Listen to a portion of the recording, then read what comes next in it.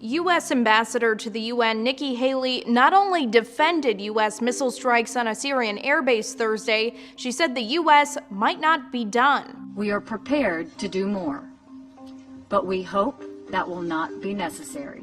Haley made the comments Friday during an emergency meeting of the UN Security Council. The meeting was called less than 24 hours after President Donald Trump ordered the launch of 59 Tomahawk missiles following a chemical attack on Syrian civilians. Our military destroyed the airfield from which this week's chemical strike took place. We were fully justified in doing so. The moral stain of the Assad regime could no longer go unanswered. But as expected, Russia, which has backed Syrian President Bashar al-Assad's regime, didn't agree, and the meeting got tense. Today's appeal to move forward the political process, they are hypocritical. Over recent days, there have been clear progress. Now, what aims guided you when you undermined this progress? And the progress that was achieved was not thanks to you at all. Syria's representative said the Syrian army doesn't have chemical weapons and would never use such weapons. The United States of America leads a purported alliance against ISIL. Its real objective is to weaken the Syrian Arab army and its allies when confronting terrorist groups. CNN reported Friday that the U.S. is investigating whether the Russians tried to help cover up evidence of Tuesday's chemical attack. In the meantime, the Russian President Vladimir Putin says Syria has fulfilled its commitments on getting rid of chemical weapons, and there is no proof that Damascus was behind the recent suspected gas attack. What was the reaction from the NATO allies? Everyone is nodding like bubbleheads without analyzing anything that's happening. Where is the proof that Syrian army used chemical weapons? There is none. But there are violations of international law. This is an obvious fact. The airstrike was on a sovereign country, made without being sanctioned by the Security Council of the United Nations. And despite of this obvious violation of international law, everyone's fine with it. Everyone accepts the airstrike and is nodding in support. Putin offered two scenarios for the alleged chemical attack in Syria's Idlib province. One possibility, he said, is that Syrian warplanes could have struck militants' chemical arms depots, resulting in the release of poisonous gas. Putin says that the other possible scenario is that the whole incident has been a setup orchestrated to discredit the Syrian government. The U.S. used the alleged chemical incident as a pretext to launch a missile attack on the Syrian airbase last week. Putin noted that Moscow-Washington relations have deteriorated since Donald Trump took office as U.S. president. In the meantime, the Kremlin says calls to stop supporting Syrian President Bashar al-Assad would amount to giving terrorists a free hand.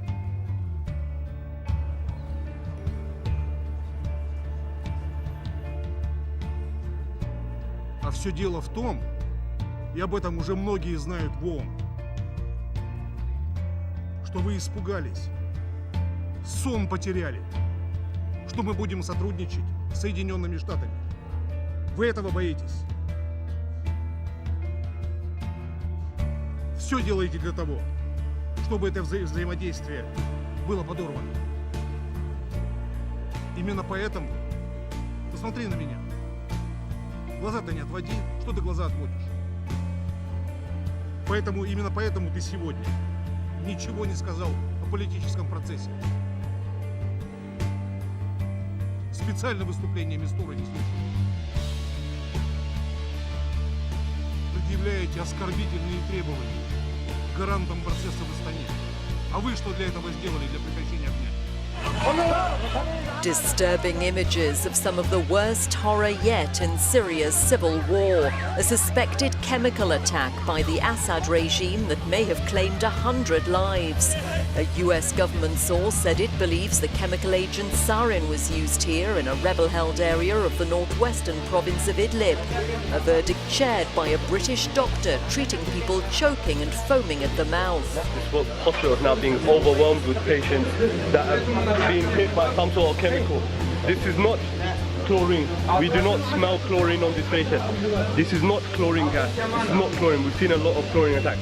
This patient has clear pinpoint people A UK-based monitoring group said 11 children were among 58 people killed, but a coalition of international aid agencies funding Syrian hospitals put the death toll at least 100.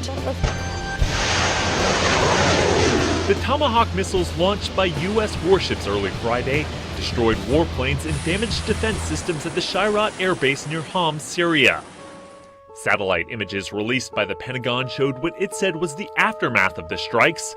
Senior U.S. military officials confirmed the attack destroyed up to 20 Syrian aircraft and damaged fuel sites and a surface-to-air missile system. U.S. President Donald Trump ordered the strikes in response to a suspected chemical weapons attack that he blamed on Syrian President Bashar al-Assad's government. The Syrian army said the U.S. attack killed 6 people, calling it an act of blatant aggression. There was no independent confirmation of casualties. The U.S. called the intervention a one-off intended to deter future chemical weapons attacks, but Syria ally Russia slamming the U.S., the attack now putting Washington and Moscow on opposite sides in the 6-year-old conflict. Russia has deployed a cruise missile-armed warship to Syria following a recent U.S. strike on a military base near the Syrian city of Idlib. The Admiral Grigorovich is set to arrive at the Mediterranean coastal city of Tartus. The frigate returned to the Mediterranean after participating in a Russian-Turkish naval exercise in the Black Sea. The ship carries 8 cruise missiles, a missile self-defense system, anti-aircraft guns, and torpedoes. Russian officials say the warship will operate in the region in accordance to the changing military situation there. Конечно, это акт агрессии, абсолютно под надуманным предлогом и напоминает, конечно, всю ситуацию 2003 года, когда США, Великобритания со своими некоторыми союзниками вторглись в Ирак без согласия Совета Безопасности, глубейшее нарушение международного права, но когда хоть как-то пытались какой-то показать вещдок. Все прошло действительно на высоком. Колин Пауэлл, мой хороший товарищ, был введен в заблуждение ЦРУшниками. Они ему дали пробирку с зубным порошком, по-моему, он тряс этой пробиркой в Совете Безопасности, доказывал, что это антракс, сибирская язва. А сейчас не удосужились даже какие-то факты привести, ссылались только на фотографии, опять спекулировали на фотографиях детей. North Korea has fired another ballistic missile into the Sea of Japan, according to both US and South Korean officials. It's the latest in a series of tests. It attempted a similar launch 2 weeks ago and earlier in March fired 4 missiles, some of which came as close as 300 kilometers to Japan's coast. Tokyo has once again protested. Japan's chief cabinet secretary said his government could not tolerate North Korea's repeated provocative acts. The launch comes as China's President Xi Jinping is en route to Florida for a summit later this week with US President Donald Trump. The two are likely to discuss how to rein in Pyongyang's nuclear program. The North is banned from any missile or nuclear tests by the UN. Pyongyang has criticized the United States after President Trump ordered a US Navy battle group to deploy in waters off the Korean peninsula. North Korea warned of catastrophic consequences if Washington continued its provocation. On the streets of the capital, people reacted to the increased tensions.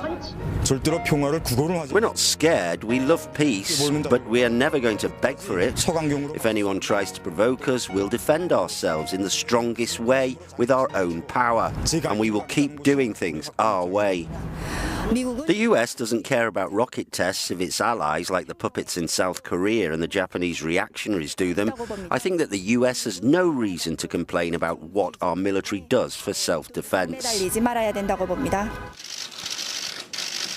In South Korea, the country has been intensifying its military readiness for an attack by the North. The South Korean capital, Seoul, is home to 10 million residents and within easy reach of North Korean missile batteries. A truck has crashed into a department store. Swedish radio is reporting that at least 2 people have been killed. Police have sealed off part of the city centre after the truck was driven into pedestrians through a pedestrianised area of the city. It's not clear as yet if the action was deliberate, but we are hearing reports from the ground that shots were fired. Witnesses at the scene say they saw what appeared to be bodies lying in the street covered by blankets. Egypt has declared a state of emergency following bomb attacks on 2 Coptic churches, which left at least 45 people dead. Both blasts were caught on camera. One hit St Mark's Cathedral in Alexandria, killing at least 17 and injuring dozens more. The other tore through the inside of St George's Church during a Palm Sunday service, leaving at least 27 dead and around 78 or more injured. Self-styled Islamic State has claimed responsibility for the attacks, which are the latest on the religious minority, prompting anger and fear among Egypt's Christian community. Both blasts are thought to have been caused by suicide bombers. Shocked witnesses described what happened. There was blood and flesh everywhere on the walls and on the statues. There were broken chairs and broken glass. The people had been happy and they'd come to pray for peace. All these people want to do is to divide the 2 pillars of the country's Christians and Muslims. Christians and Muslims are united. They're neighbours and families and friends. What they want to achieve will not happen.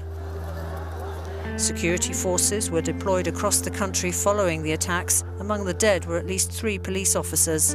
The blasts have come just weeks before an expected visit by Pope Francis, intended to show support for Egypt's Christians, who make up about 10% of the population. Police in California have identified the gunman who shot dead a teacher and wounded 2 pupils, one of them fatally. He's been named as 53-year-old Cedric Anderson, who had gained entry into the school as a visitor and kept his weapon concealed until he opened fire in the classroom where 15 children with special needs were being taught. The teacher was his estranged wife. Cedric entered the classroom and, from what we understand, without saying anything, armed with a large caliber revolver, opened fire on his wife.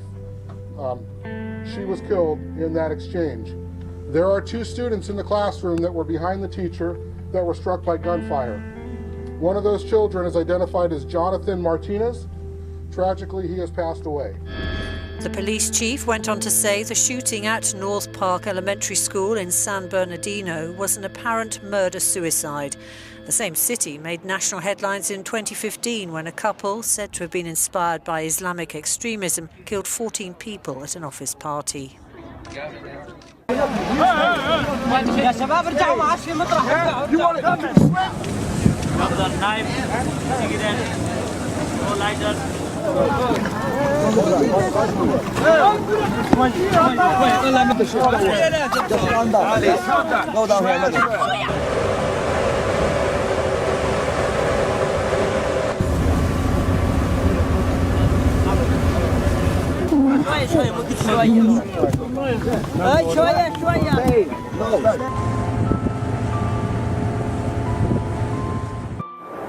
Authorities in France are in a race against time to find accommodation for around 1,400 migrants after a camp was destroyed by fire. The blaze started during a fight between Kurds and Afghans at the Grand Saint camp near the port of Dunkirk. At least 10 people were injured, 6 with knife wounds. The camp was not built to last, and we need solutions. Some places have been made available today, but we need more. We responded to a humanitarian emergency, and the camp reached its capacity. Now it's 80% destroyed, so we need accommodation after what happened here last night.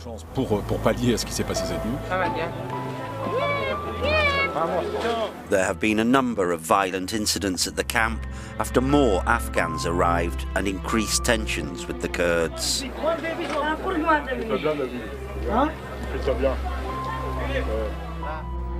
The huts were consumed quickly by the flames. Hundreds of structures, home for more than 1,000 refugees, destroyed in the blaze.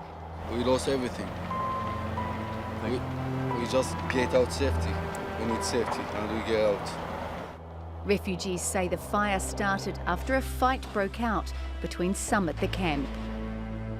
Riot police had been called in to deal with the fighting, but that in turn led to clashes between security forces and refugees. Today evening, a big problem happened with Afghanis people and Kurdish.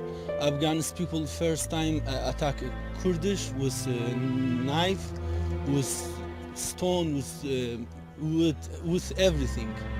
Police say some of the refugees have knife wounds and another was knocked over by a car outside the camp. At least 160 refugees were taken to temporary accommodation. The refugees come from various parts of North Africa and the Middle East, fleeing persecution, conflict and economic hardship. Many are hoping to cross the Channel and reach Britain, but for now, the camp is their home.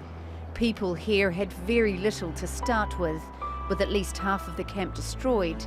Their hardship will only increase. Clouds of tear gas, protesters throwing stones, a situation that appears to be spiralling out of control. Venezuela's president has described these demonstrators as right-wing extremists trying to set the country alight. They insist they're fighting for their freedom. "We are young and we need change," said this woman. "We are all committed." "I need to be out here fighting," said this protester, "because really it's on us. We can't let it end like this." The latest round of political unrest was sparked by a decision to ban this man, opposition leader Enrique Capriles, from political office. He's accused the president of setting out on the path to dictatorship. Nicolas Maduro says his opponents are trying to foment violence, laying the ground for a foreign invasion. It's a crisis that's hardly gone unnoticed in the region, neighbouring countries calling for elections, and soon. For regional stability, Venezuela needs a legitimate government, a government that allows the country to get new financial resources, new international support.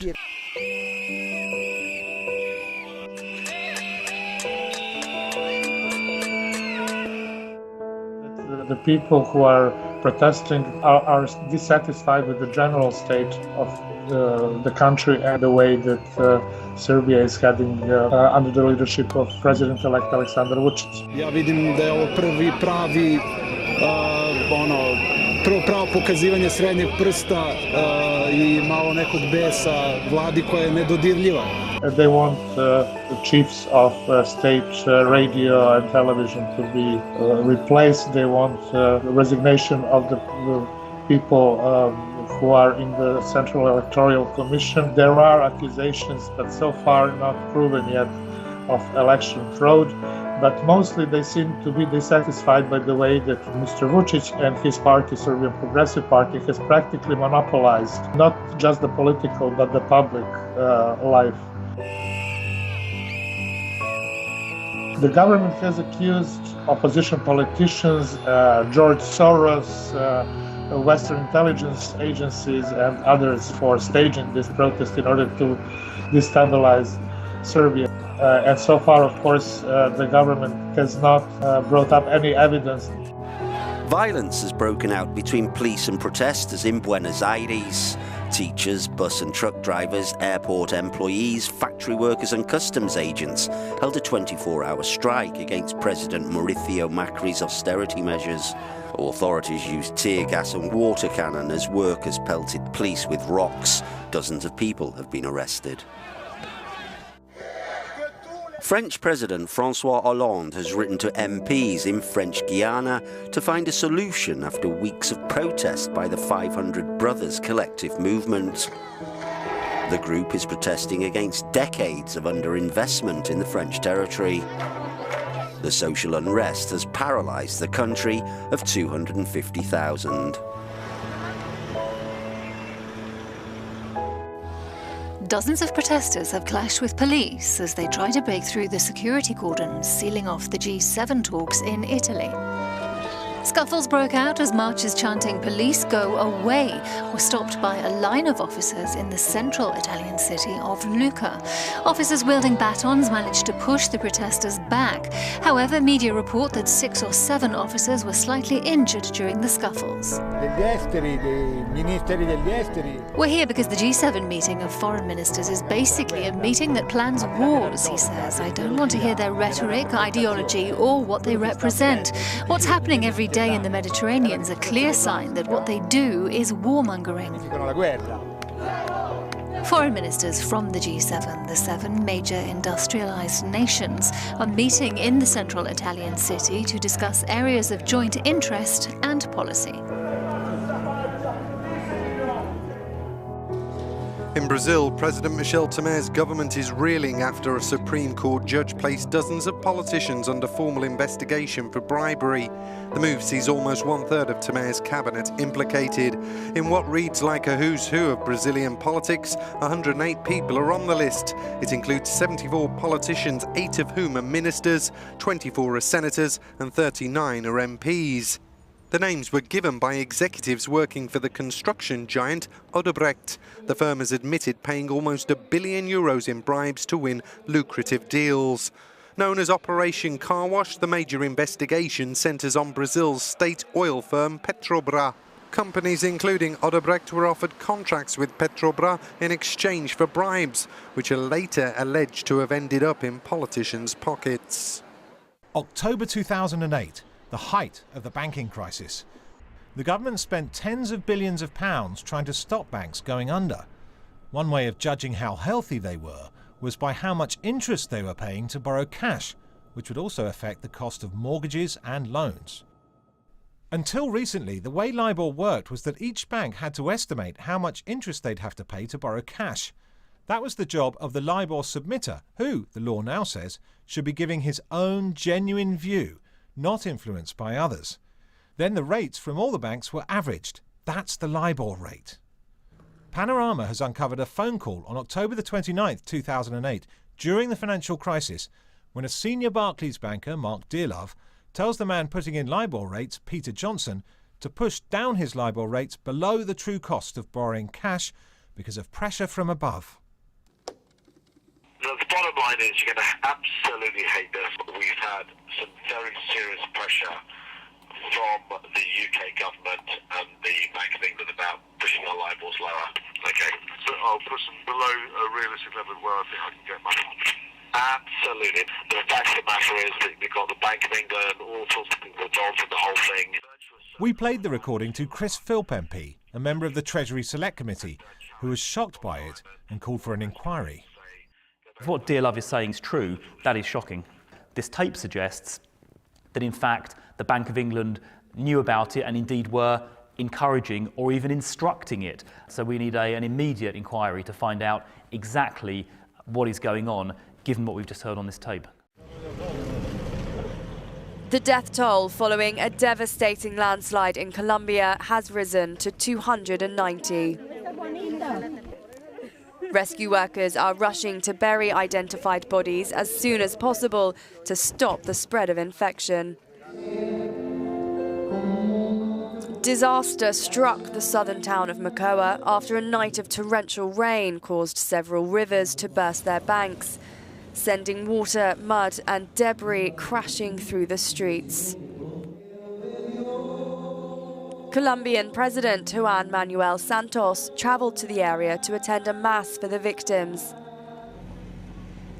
While exhausted survivors, many living in emergency housing, queued up at shelters to receive vaccinations against chickenpox, hepatitis B and tetanus as the cleanup of the disaster gets underway. Devastating and deadly. The remnants of a powerful cyclone have swept along Australia's east coast, inflicting flooding and destruction. Tens of thousands have been affected, with at least 3 lives lost in the floods and fears for other people still missing. It's unbelievable, mate. Look, the traffic lights, they're nearly under. Look at the signs over there. The houses, everyone's had to evacuate. The disaster zone from ex-cyclone Debbie stretches 1,000 kilometres from Queensland State's tropical resort islands and Gold Coast tourist strip to the farmlands of New South Wales. Great amount of effort has been focused the last 24 hours on flood rescues, making sure people are safe. We're now in a position where we're focusing on those that have been isolated, making sure they've got sufficient food and water, and then we expect by Monday that we'll be into the recovery mode. For now, with more than 100,000 homes without power and communities swamped and stranded, many are still waiting for this nightmare to end. Growing designer babies and bringing back the woolly mammoth. Once fiction, but now a looming reality for scientists who are steps away from building artificial life. Experts meeting in London this week said the cost of synthesizing DNA was now much less prohibitive. When I first started teaching at MIT, building 1 letter of DNA from scratch cost $4 US a letter. Today it's 4 cents a letter. And the consequence of that is I used to order designs for my students, say 20,000 base pairs of DNA. This spring, I'm ordering 10 million base pairs of DNA. Last month saw a breakthrough when scientists announced they've written almost the entire genome of baker's yeast, a big step because of the similarities between yeast and human cells. We all know yeast is an important organism because it makes beer, it makes bread and wine and so on. So what might yeast 2.0 be good at making? It'll be useful for making any medicine that's now sourced from a plant. Any plant natural product, for example, could probably be made in a fermenter with brewing, and yeast 2.0 will make that process more reliable, more readily distributable. Scientists are aiming to synthesize a human genome in the next 10 years. Synthetic biology, especially anything to do with food or the environment, does face criticism. But advocates say this is unfounded. A lot of folks are concerned with things that you might take in, and would that change your DNA? Of course not. Now, you have your own DNA. If you eat an apple or Arctic apple, where we have silenced an enzyme so that when you slice the apple it doesn't turn brown, you can eat that apple and it tastes as good as any other, and probably better. Nevertheless, synthetic biology raises all sorts of ethical questions, and right now there is no proper structure to deal with that problem. Artificial intelligence that can pick you out in a crowd and then track your every move. Japanese firm Hitachi's new imaging system locks on to at least 100 different characteristics of an individual, including gender, age, hairstyle, clothes, and mannerisms. Hitachi says it provides real-time tracking and monitoring of crowded areas. Until now, we need a lot of security guards and people to review security camera footage. We developed this AI software in the hopes it would help them do just that. The system can help spot a suspicious individual or find a missing child, the makers say. So an eyewitness could provide a limited description, with the AI software quickly scanning its database for a match. In Japan, the demand for such technology is increasing because of the Tokyo 2020 Olympics. But for us, we're developing it in a way so that it can be utilised in many different places, such as train stations, stadiums, and even shopping malls.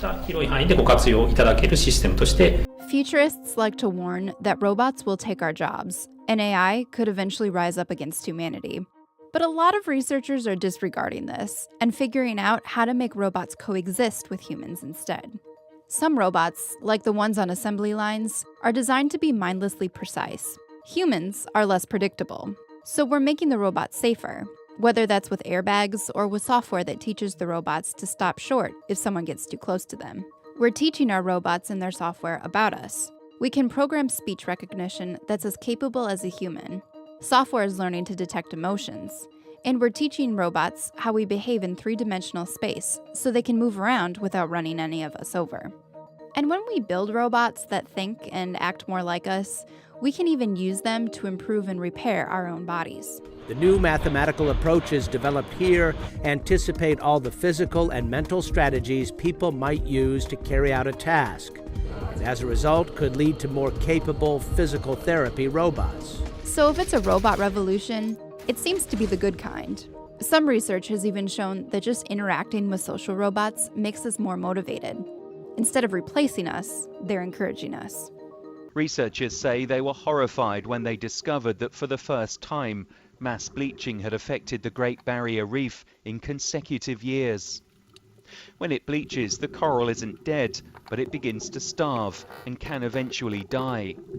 The reefs, though, are resilient, but what concerns scientists is that more frequent bleaching, which is caused by rising water temperatures, makes it harder for the coral to recover.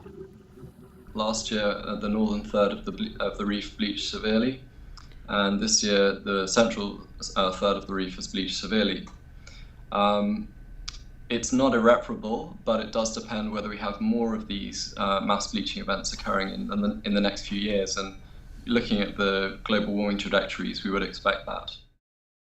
There's evidence the bleaching is moving south into areas that have previously been unaffected by the degradation.